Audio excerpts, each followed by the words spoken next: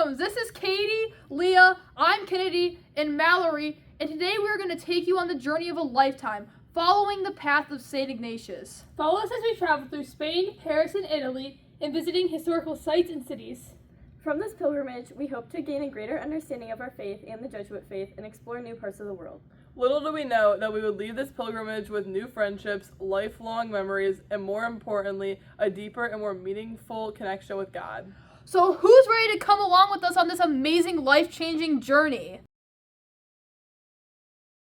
Bring comfortable and supportive walking shoes. Leading up to the pilgrimage, we learned about St. Ignatius' life and the Jesuit formation. We read Father James Moore's book called A Jesuit Guide to Almost Everything. We learned how to live simply, pray, and find God. Modus is Latin for greater or more. It means choose the path that gives more glory to God. Over this pilgrimage, we chose to be pilgrims, not tourists, meaning we focus on religious sites more than big tourist attractions. Yes, we did see popular landmarks, but we spent more time visiting churches and religious sites. We started our pilgrimage with a long flight to Madrid. Once arriving, we got on a bus and headed for the Loyola Castle in the Basque region of Spain, where St. Ignatius was born, raised, and most importantly recovered from his cannonball injury. St. Ignatius was born October 23, 1491, as Inigo Lopez. He was raised in this castle with 13 other siblings. He was a soldier and wanted to become the best. While away, Ignatius was injured by a cannonball to the leg. He was brought back to Loyola Castle where he slowly recovered, and to pass the time he read the life of Jesus and the lives of saints. Ignatius gradually started to grow in his faith during this time alone. By the end of his recovery, Ignatius's old life of lust, fame, money, and glory did not bring the same type of joy it did before, and he fully devoted his life to God. We celebrated Mass in the Room of Conversion. This is where St. Ignatius found God. My favorite parts were really in northern Spain, where we got to see more of the early life of St. Ignatius. It made him more real to me, more of a person and a person in history than just a saint that we read about. And his struggles and his prayers and his doubts and his imaginations with the books he was reading, that was really powerful. The private Mass we had in the cave where he had spent like a year. All of those things for me really brought him to life and made me more curious about it. The first day was rough. We were running on little sleep and little food. This was our first desolation of the trip. A desolation is a moment when you feel separated from God. We overcame this desolation by napping on the bus, and then we started to build community on the long bus rides. We sang karaoke, played games like Wavelength, we listened and we don't judge, and created funny Mad Libs. The bus rides throughout the pilgrimage were one of our highlights, also known as a consolation. A consolation is a moment when you feel connected to God. A major consolation for us were meals. Throughout the pilgrimage, we ate breakfast and dinner together and got lunch with our small group. Our favorite meals we shared were in Rome. We ordered a cornucopia of authentic food and feasted. On our final night of the trip, Mallory, Leah, Katie, Connor, and I sat with Father O'Brien. We played Wavelength together and went 4 for 4. We got a noise complaint because we were having too much fun. On the second day, we headed to Pamplona. Where St. Ignatius was injured. We visited the site and the churches built around it. We also toured the city and saw where the running of the bulls happened in early July. Mrs. Pachetti led a reflection about finding God in all things. How can you find God in all things? God is everywhere in our life. As one of our reflections on the bus, we looked at how we can find God in our 5 senses. We hear God when we laugh. We smell God with the fresh baked pastries. We see God in nature. We feel God in the breeze. And we taste God in the foods we tried. Father James Martin said, God is not just out there. God is right here too. If you're looking for God, look around. Next, we headed to Manresa. We visited the cave where St. Ignatius lived for 9 months, and we celebrated Mass together inside the tiny cave, which was my favorite Mass of the trip. Montserrat was our next stop on the pilgrimage. Another part of Ignatian spirituality is freedom of detachment. We were able to disconnect from our normal lives in the U.S. and dive into new cultures none of us have ever been fully exposed to. Being in small cities, we oftentimes do not have good service. This forced us to be off of our phones, and we ended up bonding more and getting way more out of the experience than we would have been if we were on our phones. Next, we drove to Barcelona where St. Ignatius begged for food and money to take his own pilgrimage. Following St. Ignatius, we headed to Rome. We visited all the tourist things like the Colosseum, the Trevi Fountain, and the Spanish Steps. This pilgrimage, we practiced simplicity. Living out of just one suitcase for 10 days forced all of us to live without materialism. We tried to look at the trip as being pilgrims and not tourists, and care more about the important moments in the trip rather than the souvenirs we bought or carried with us. Go.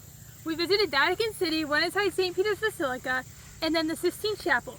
Most importantly, we went to the Church of the Jesu, where St. Ignatius is buried, and then to the Jesuit residence, where St. Ignatius once lived and died. Hi there, we're John and Emmanuel, two American Jesuits studying theology in Rome, and we had the privilege of giving your group a tour of the rooms of St. Ignatius. These are the rooms where he lived the last 12 years of his life. They were really his mission field as he directed the fledgling works of the Society of Jesus after the order was founded, and he died in those rooms as well. God is always at work through all things for our salvation, and we clearly see that through the life of St. Ignatius. For the last stop on the pilgrimage, we headed to Assisi. We were surprised to find out that St. Francis of Assisi had a major impact on the life of Ignatius, from the turn towards poverty to similar family conflicts. We visited the important landmarks that once impacted Ignatius.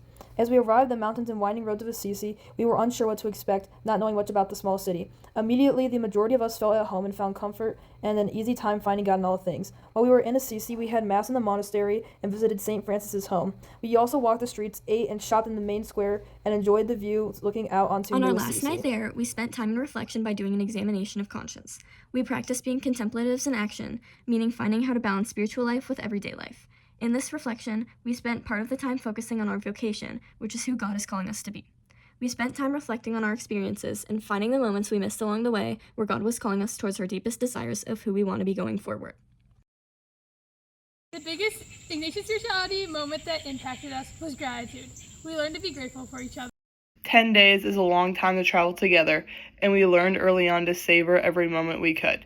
Even when we were tired of walking or drained from socializing, we knew from the start to be grateful for the group that surrounded us and to take in every sight, church, and moment that we spent together. In the end, we all felt more fulfilled and satisfied with our experience, knowing we chose to be grateful for one another. We also learned gratitude in experiencing different cultures. We learned to be grateful and open-minded for the food we were served and for the tour guides and hotel staff we met along the way. One of my favorite parts of the Ignatian pilgrimage was having Mass at the cave of St. Ignatius, because it was a surreal feeling to be in the cave where St. Ignatius wrote the spiritual exercises, which have given peace to so many people over the years. I also really enjoyed Assisi because I think it is the most beautiful place I've ever been, and it was really easy to find God in all things there. Probably my favorite part of the European Ignatian pilgrimage was the cities we got to see, but also just the relationships I made with my friends. And just getting to make those connections and be in those specific places with those people, they wouldn't be as special even if I went with like my family into all those places, because I got to make my friendships with my people stronger. Don't go on your phone when you're in the bus. Don't be attached to it, I would say. Just try your best to stay off of it. Advice to anybody going on a pilgrimage like this would be, take it seriously, you know? There's a lot of depth that's offered that can really make a difference. And try to get into the spirit of what Ignatius was all about. He was essentially, after his conversion, he was obsessed with Jesus. And that transformed his life, and he would go on to help transform others' lives because of the same thing.